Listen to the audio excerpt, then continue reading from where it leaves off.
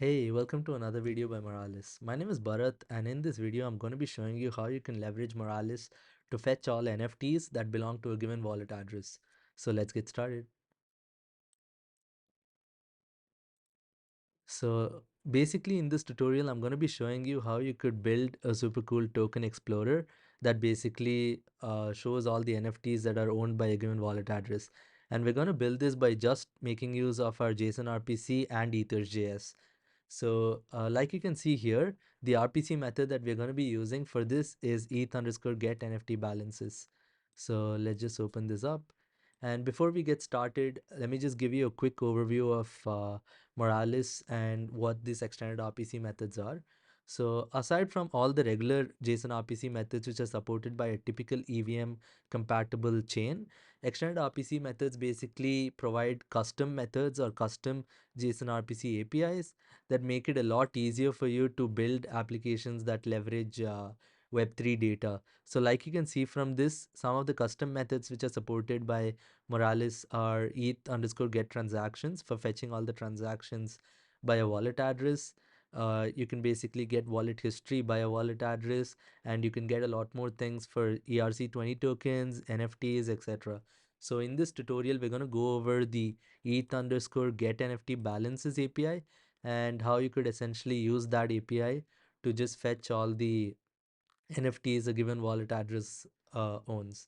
So before we get started with building this React app, I'm just going to show you a simple Node.js script that will call the eth_get NFT balances API with Ethers.js and how you can basically see the NFTs getting fetched and displayed. So let's get started. So yeah, I'm just gonna create a directory here,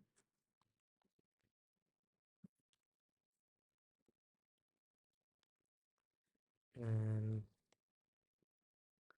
let's create a empty npm init.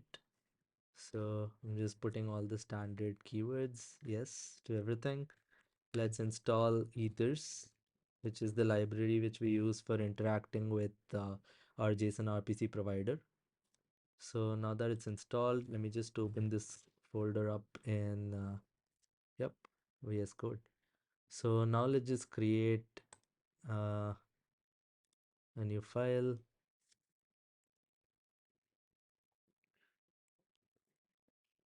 and let's import the ethers.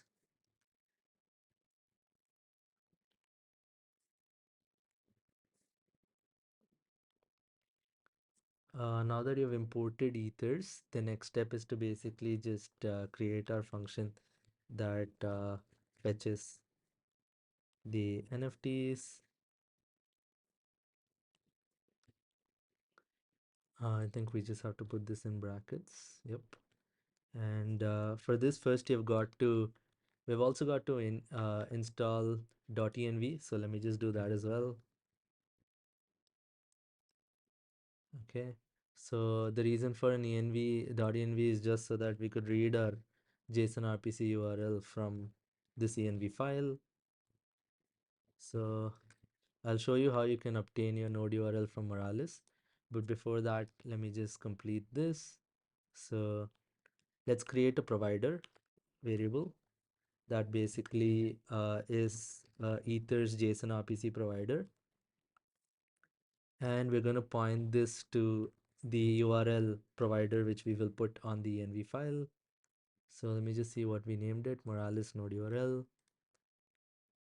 That's it. Now that you have the provider all set up, to send a custom RPC method using ethers, you've just got to do provider.send, and let's create a response variable and do provider.send, and let's put in our custom RPC method over here.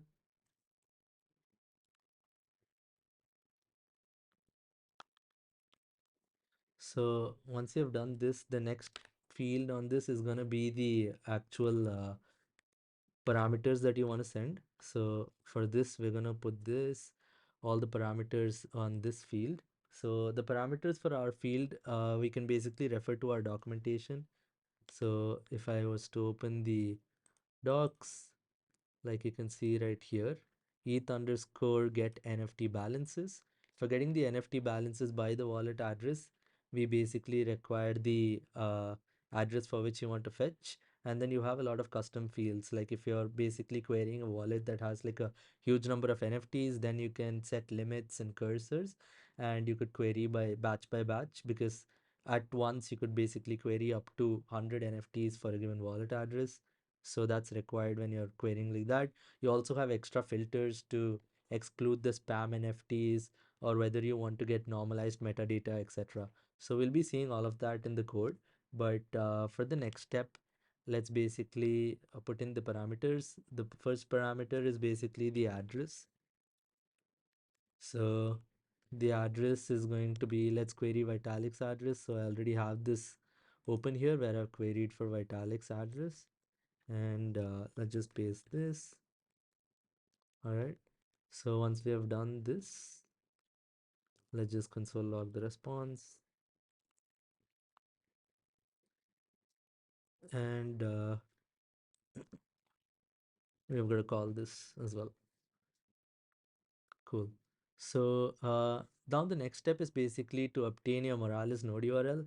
So we're going to query this on ETH mainnet. So I'm going to show you how you can create a ETH mainnet node by using Moralis. So to get started with that, you just got to visit admin.moralis.io.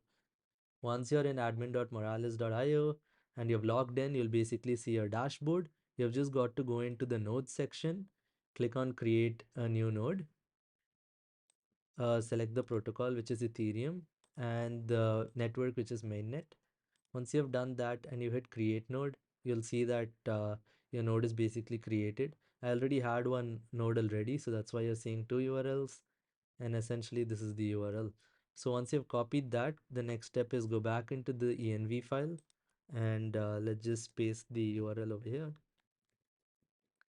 Once we have done that, I think we're good to go, and we can basically call our script node fetch. Okay, I think we have an error over here. All right, I think we did not paste the node URL properly, or we are not reading the. Oh, okay, we forgot to import the env package. So we've got to do that. So now you can access the env variables. Now we can try again. Yep, we got it. So like you can see from this particular thing, this is basically fetching all the NFTs that belong to Vitalik's address. So let me start with the beginning. Okay, so I guess this request structure is too big.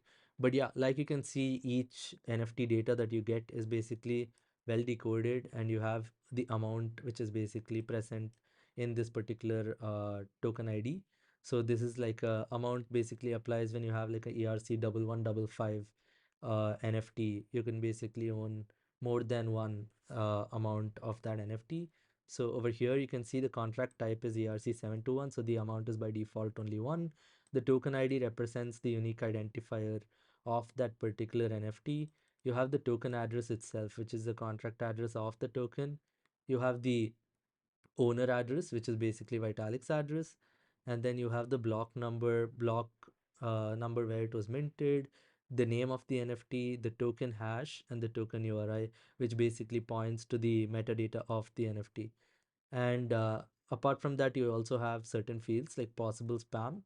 Since it's Vitalik address, you'll know that you can have he would have like a lot of spam NFTs that random people would have sent him. So you basically have that filter as well. You have whether it's a verified collection or not on OpenSea, etc. And collection logo and collection banner image. So this is how the response data looks like. And you could also try this out directly from our documentation.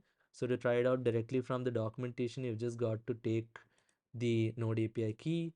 Once you've copied the key, you can basically head to our documentation, docs.moralis.io, go into the RPC notes section, and under the extended RPC, you can go directly to get NFT balances. Now that we're here, we can just remove all of these pagination stuff. Just paste Vitalik's address here. Okay, this was the API key. We have to paste the API key over here. Now let me just copy Vitalik's address again. Here we have it. And go back and paste the address. And now you can test live API. Okay, I think we missed something. Okay, it's still showing that. All right, I think it's this. Yep.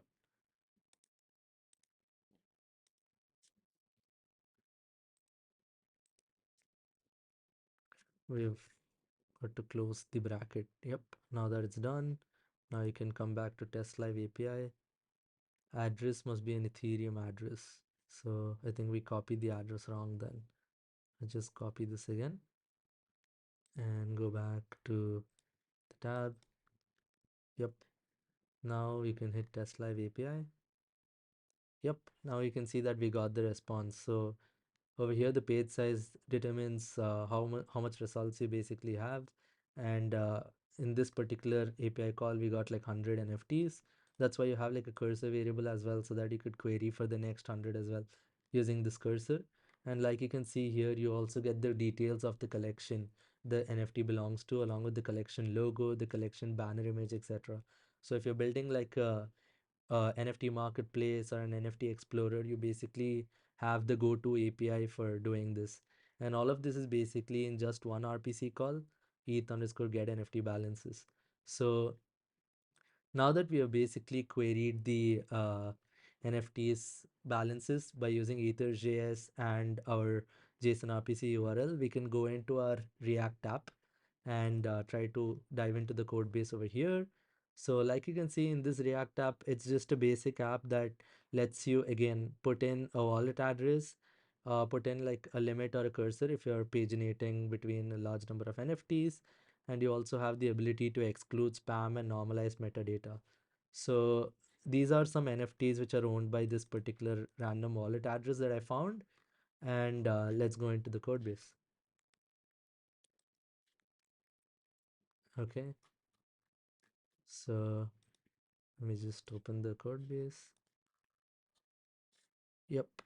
So like you can basically see over here, these are some input variables that we're using to capture the user input, like the address that we want to query the NFTs for, the limit, the cursor, whether we want to exclude spam tokens, and whether we want normalized metadata. So to find out more and understand about what exactly is normalized metadata, let me just open up the docs again. So over here, you've just got to go into Web3 data API. If you go into the NFT API, then you can go into get NFT get NFT, get NFTs by wallet. And here we are. So this is basically the tab that talks about normalized metadata or non-normalized data.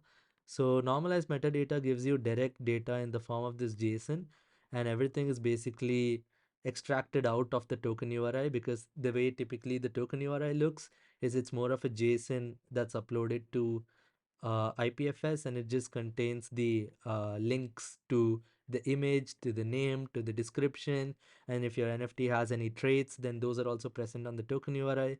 So it's very hard to again parse that token URI manually and find out all of it. And so when you pass the field as normalized, you'll be able to retrieve all of it in a very clean manner, and that you could directly use for building your NFT use case or application. So that's what you basically see on the normalized metadata. So when you want to have normalized metadata, you can basically just set that as true in the parameters of that Ethers.js call which you're making. So like you can see, this is where like how we did in the initial Node.js script, I'll basically be using the same RPC method, ETH underscore get NFT balances, and I'm going to do it with these params. So the params are address, which is basically required. Rest of the things are optional depending on our requirement as well. So in exclude spam, you can again, like we saw in the response, you basically had a possible spam uh, attribute, which was either true or false. You can directly exclude the spam tokens. That's also something you get with the API. And you also have the normalized metadata. So once you've set all of this, so this is where the API call is happening. And we're basically providing our custom JSON RPC method, ETH get NFT balances. So once you got the response, you're setting that onto the response variable, and we're also setting the cursor if we are getting a response as well. Once that is basically done, the next step is to just map the data that we're getting in the form of some divs that basically shows us all the NFTs in the form of these cards. So this is basically how you can get the image from the normalized metadata, or if it's not normalized, then you would have to directly look at the another variable, which is basically the metadata.name directly. So now you basically have all the name, description, token address, token ID, that's all printed here, and we have just sliced the description to make it a lot more presentable on the output. So this is how you could leverage Moralis extended RPC to fetch all NFT balances for a given wallet address in just one RPC call. And we saw how you could use Ethers.js to fetch it. And that's essentially how it is. So if you want to verify that again, you can just open up the console. Let's take Vitalik's address again. Go back to our React app and let's fetch the NFTs. So this is the RPC call that we just made. It's still in, okay, 1 second. Where'd it go? Here we are. So this was the RPC call that we just made, and in this you can see the response that we basically get. And since we selected normalize metadata and exclude spam, all the possible spam values on these tokens is going to be false. And this is basically what we mean by normalized metadata. So you can see right here that the normalized metadata is basically giving us everything in a very presentable format. You get all the attributes in case your NFT has traits, the value, etc. You also get the image, you get the description and the name along with the collection logos, etc. So all you have to do is just access the normalized metadata variable and you get access to all of these things. And all of this is just in one RPC call, like you can see here, which is ETH_get NFT balances, and params basically shows us what are the fields that we are passing. So here I'm passing exclude spam and normalized metadata true. So that's how easy it is to fetch all the NFTs that belong to a given wallet address with one RPC call. So feel free to join our Discord if you have any issues in integration. I'm super excited to help out and see what you're building. And if you really enjoyed this video, feel free to give it a thumbs up so that the algorithm factors us in. Thank you.